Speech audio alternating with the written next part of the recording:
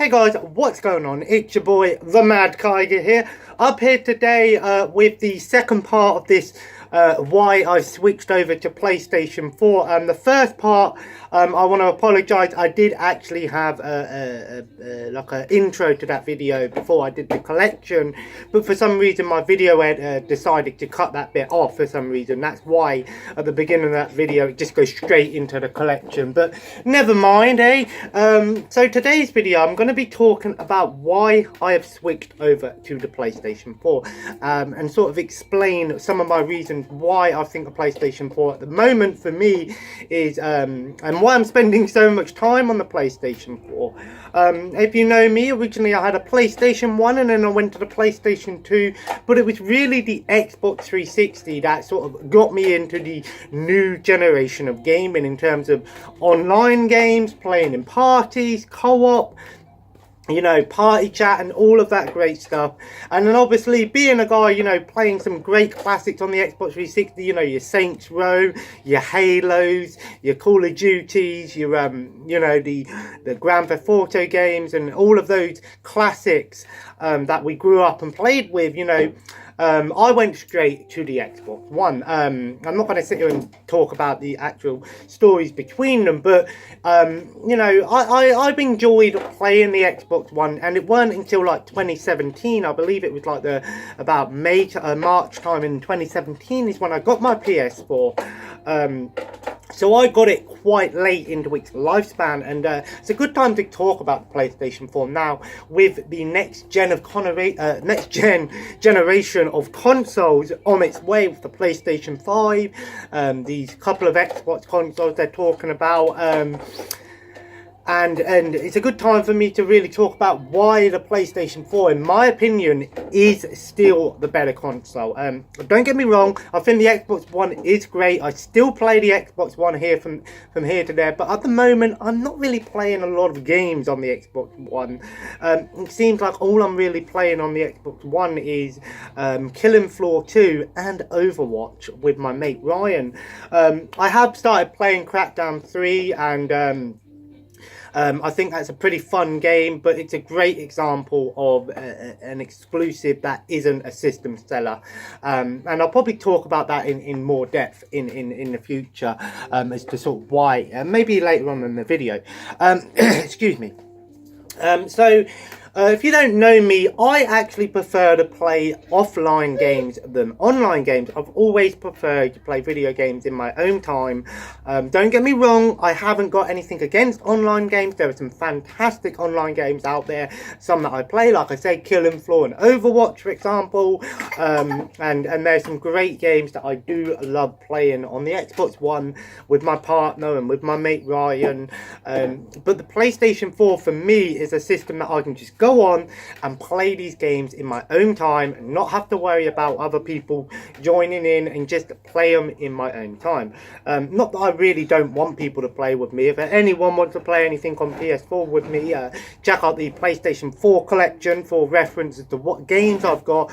Feel free to send me a message or something and let me know if there's any games you want to play. If I don't have the game that you want to play, I'm not going to go out and buy it just so I can play it with you straight away. If it's a cheap game, then maybe, but if it's an expensive game like one of the new games that have come out, then definitely not. Oh wait, leave.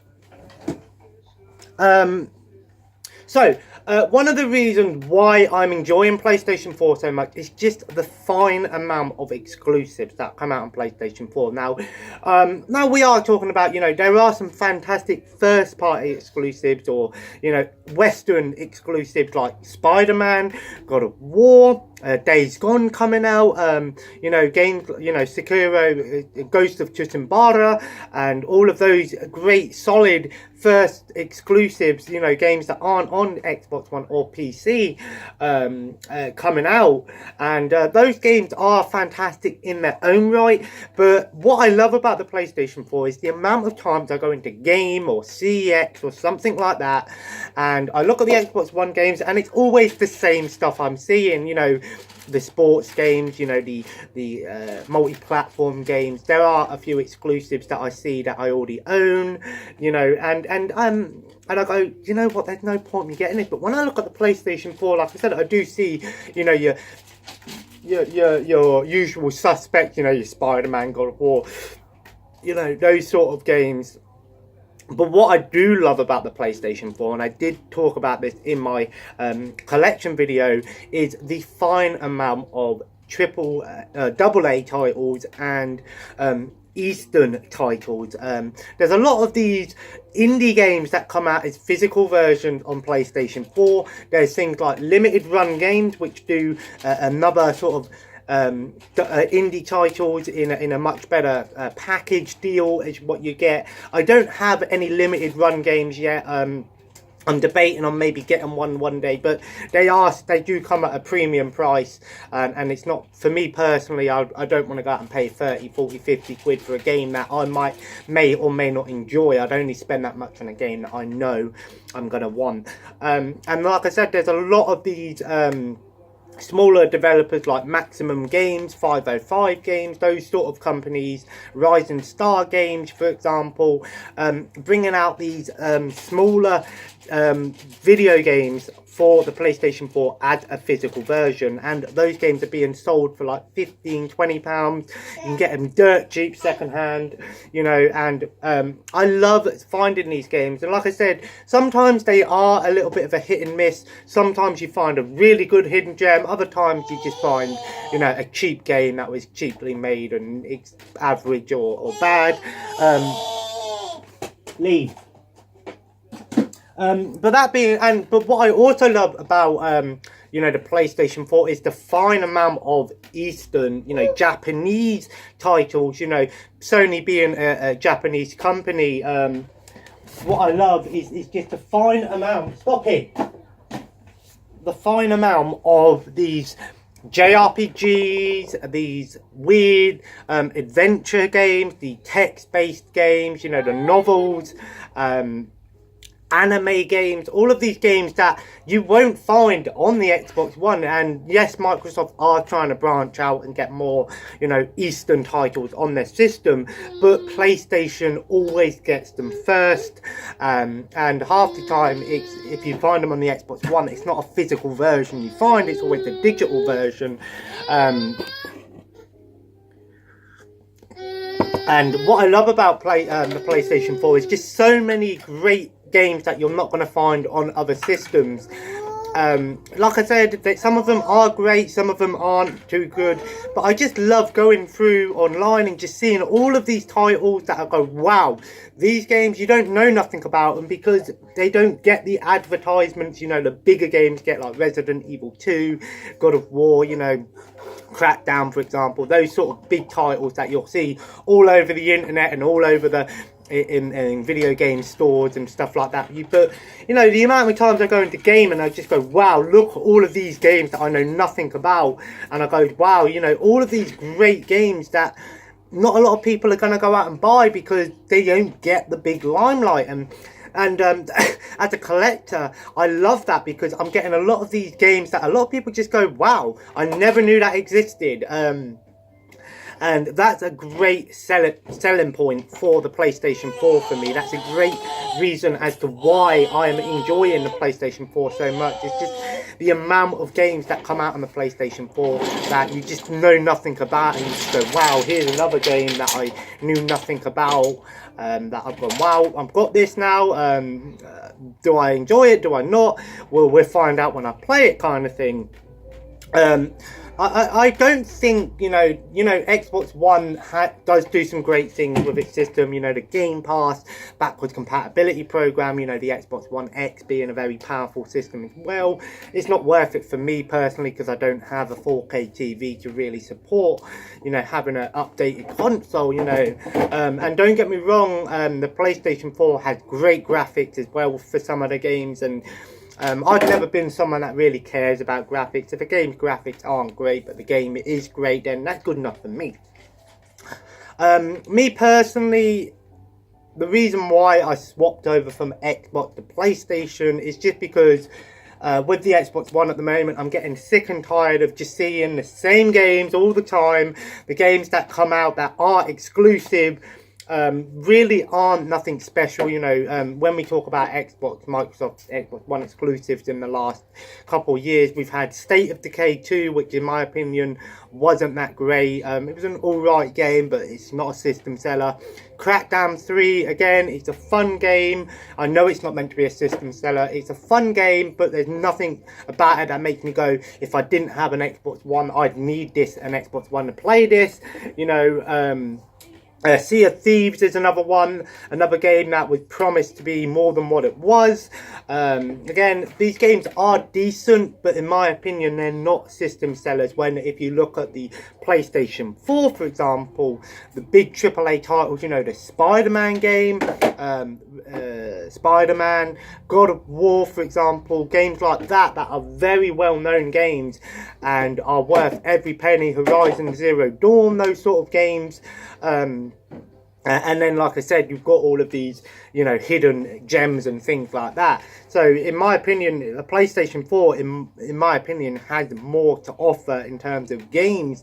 While Xbox One does do quite well on the hardware and software, it seems like the PlayStation 4 is actually spending more time actually trying to put out better games and, you know, more exclusives, more, you know, hidden gems and things like that. It seems more companies would rather put their game out on the PlayStation 4 than the Xbox One, and for whatever reason that is, again, with the Eastern games, you know, like the Japanese RPGs and the otome games and the novels and those sort of things, it just seems like they wouldn't fit too well on the Xbox One. It seems like, you know, the Xbox One fan base probably wouldn't appreciate those sort of games as much as, you know, the Sony fans, the PlayStation 4 fans.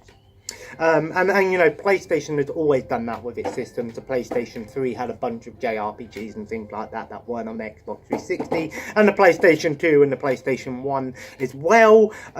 With the PlayStation 5 coming out, and you know, people saying it's going to be a fully backward compatible system, that's going to be a great selling point. So that's one thing that I will say to Sony, that if they have sort of took from Microsoft and done it the right way, backwards compatibility, in my opinion, is a great selling point for a system, because it means all of these people that they can sell their old systems to pay for the new one, but they can still play their games nonetheless.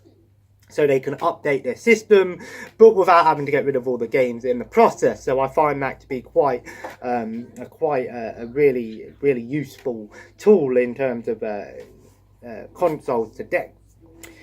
But that being said, I want to start getting more of these PlayStation 4 games, and I'm not really going to bother with the multi-platform titles, like I said, too much in terms of you know, big games like Rainbow Six Siege and, you know, Destiny and all of those games, you know, games that you know, I'm not going to really play too much of, online games, because there's no point me going out and spending all the money on those games and then hardly playing them, whereas I can spend a little bit more money on getting the, you know, the exclusives and the hidden gems and things like that, and then have more variety. Half the time I see people post pictures of their PlayStation collection and it's always the same games, whereas, you know, when I watch people do PlayStation collections and they show off all these JRPGs and these hidden exclusives, I go, wow, that's a much better collection than having all of the you know, the multi-platform games and things like that. Again, it's really a matter of what you prefer. I am going to get Xbox One games that are multi-platform if they're games that I'm going to play with my mate or with my partner, yes. But from now on, if a game comes out on PlayStation 4 or Xbox One and I want it, I'm probably going to get it for Xbox One, unless, like I said, it's a game I want to play on the Xbox One with other people, for example. That being said, I'm not giving up on my Xbox One. I'll still keep it around and play it every so often. But for now, the PlayStation 4 has taken me into a new... broaden my horizons, so to say, by going, wow, there's so many classics on this game, so many games that you just don't know nothing about, and I love that from PlayStation and from Sony. And I think now is a good time to really put money and time into the PlayStation 4 before the next system comes out. And will I go on and get a Vita and things like that? Possibly. My next system that I will be buying, hopefully, will be a Nintendo Switch. Just for the sole purpose of being able to play these AAA titles on the go and things like that. When I get a Nintendo Switch, I'll probably do it in a pickups video and talk about it and, you know, my reasons for buying one, that sort of thing. But that will come later on in the year, hopefully closer to my birthday. I'll be putting the money into getting one of those. But that being said, guys, that's it for today. I thought I'd do this video explaining why I'm enjoying the PlayStation 4, why the PlayStation 4 in my opinion is a much better system for me personally at the moment. And that being said, guys, I hope you enjoyed today's video. If you did, feel free to leave a like, and of course comment below. Let me know, do you prefer PlayStation 4 or Xbox One, or your Nintendo Switch guy or girl, whatever. And of course, guys, feel free to subscribe if you haven't already and join the family. And as always, have a nice day, and I will see you in the next video, which probably will be a review of Senran Kagura. Yeah, I'm looking forward to that one. Anyway, guys, take care and bye-bye.